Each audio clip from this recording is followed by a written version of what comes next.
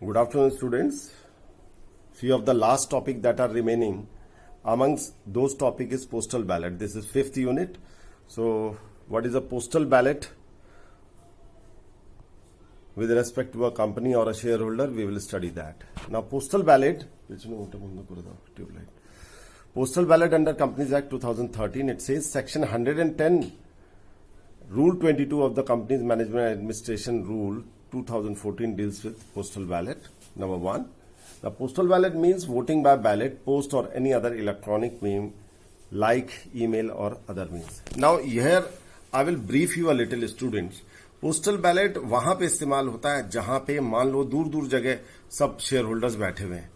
Now आज की modern technology को यूज करते हुए आइदर बाय पोस्ट, जो नॉर्मल पोस्ट होती है, हालांकि अब उसका भी कम इस्तेमाल होता है, इलेक्ट्रॉनिक मीन्स जैसे ईमेल वगैरह से, या वेबसाइट पे ही पोस्टेड रहता है, वहां पे लॉगिन करके आप अपना बैलेट भी डाल सकते हो. तो देयर कैन बी, आज के टेक्नोलॉजिकल एडवांसमेंट के टाइम में there are an number of modes, electronic mode through which you can cast your postal ballot, but it essentially means by post, the normal post, or by any other electronic medium, emails, through websites and other mediums, right?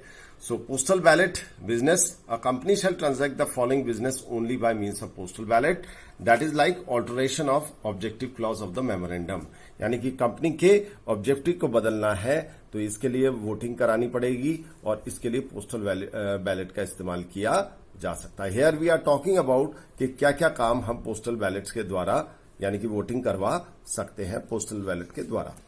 तो पहला ये हो गया. दूसरा है alteration of article of association in relation to insertion और removal of provisions which are required to be included in the article of a company in order to constitute it a private company. तो private company के case में article of association में जो तब्दीलियां करनी है, ठीक है, which are required to be included in the articles of a company in order to constitute it a private company. तो प्राइवेट कंपनी के लिहाज से जो भी आर्टिकल ऑफ एसोसिएशन में अगर कोई चेंजेस करने हैं तो उन चेंजेस को करने के लिए भी पोस्टल बैलेट का इस्तेमाल किया जा सकता है. दूसरा है changes in place of registered office outside the local limits of the city. अगर रजिस्टर्ड ऑफिस का प्लेस चेंज किया जा रहा है तो ये भी पोस्टल बैलेट के द्वारा जो मेजॉरिटी बोलेगी, जो वोटिंग कराई जाएगी, उसके द्वारा अगर मेजॉरिटी बोलती है कि ये चेंज किया जाना है तो वो किया जा रहा है.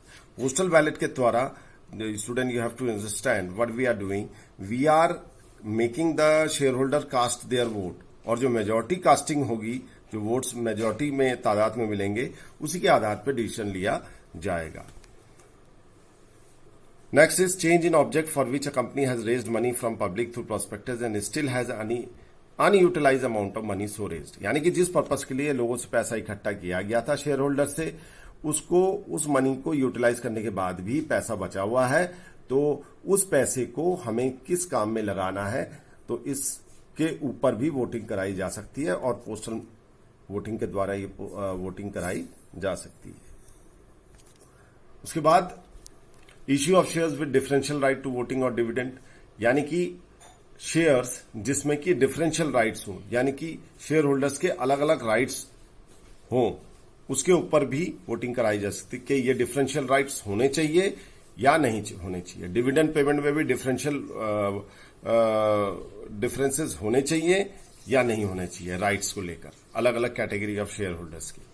उसके बाद variation in right attach to a class of shares और डिवेंचर्स और अदर शेयर. फॉर एग्जांपल हम सब जानते हैं स्टूडेंट्स कि प्रेफरेंस शेयर होल्डर्स के राइट और जो नॉर्मल इक्विटी शेयर होल्डर्स के राइट होते हैं उनमें फर्क होता है.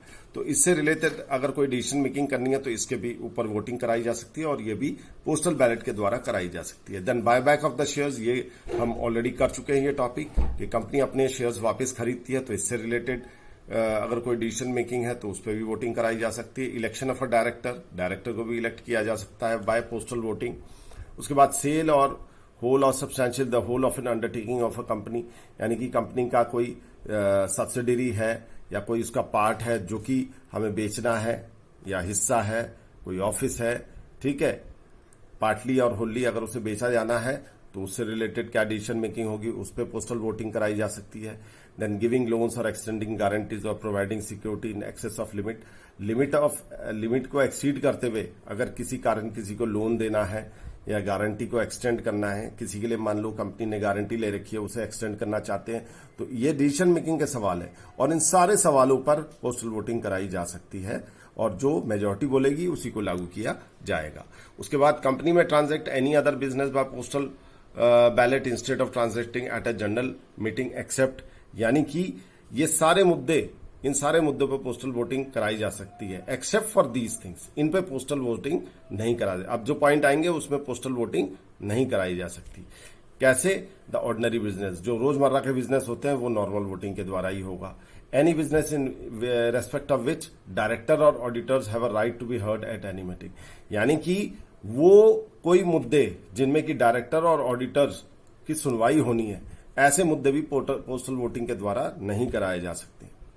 उसके बाद if a resolution is assented by the requisite majority of the share holder by means of a postal ballot, it shall be deemed to have been duly passed at a general meeting convened in that behalf, यानी कि और वो जो मुद्दे जो कि postal voting में covered थे, अगर उन मुद्दों पे कोई डिसीजन मेकिंग होता है तो उसकी वही मान्यता होगी कि जो कि नॉर्मली जनरल बॉडी मीटिंग में कोई प्रस्ताव मान लो रेजोल्यूशन पास होता है तो वो उसी के बराबर उसकी अहमियत मानी जाएगी। So it's status quo will be equivalent to a voting which is done in a normal general meeting. So whatever we do or execute any work or decision making through postal voting, it has equal status quo with respect to a company if you compare it with general meeting of the company where a voting is done and decision is taking place. यानी कि postal ballot को उतनी ही मान्यता प्राप्त है जो decision making होगा जितनी कि नॉर्मल मीटिंग के द्वारा कोई डिसीजन लिया जाता है।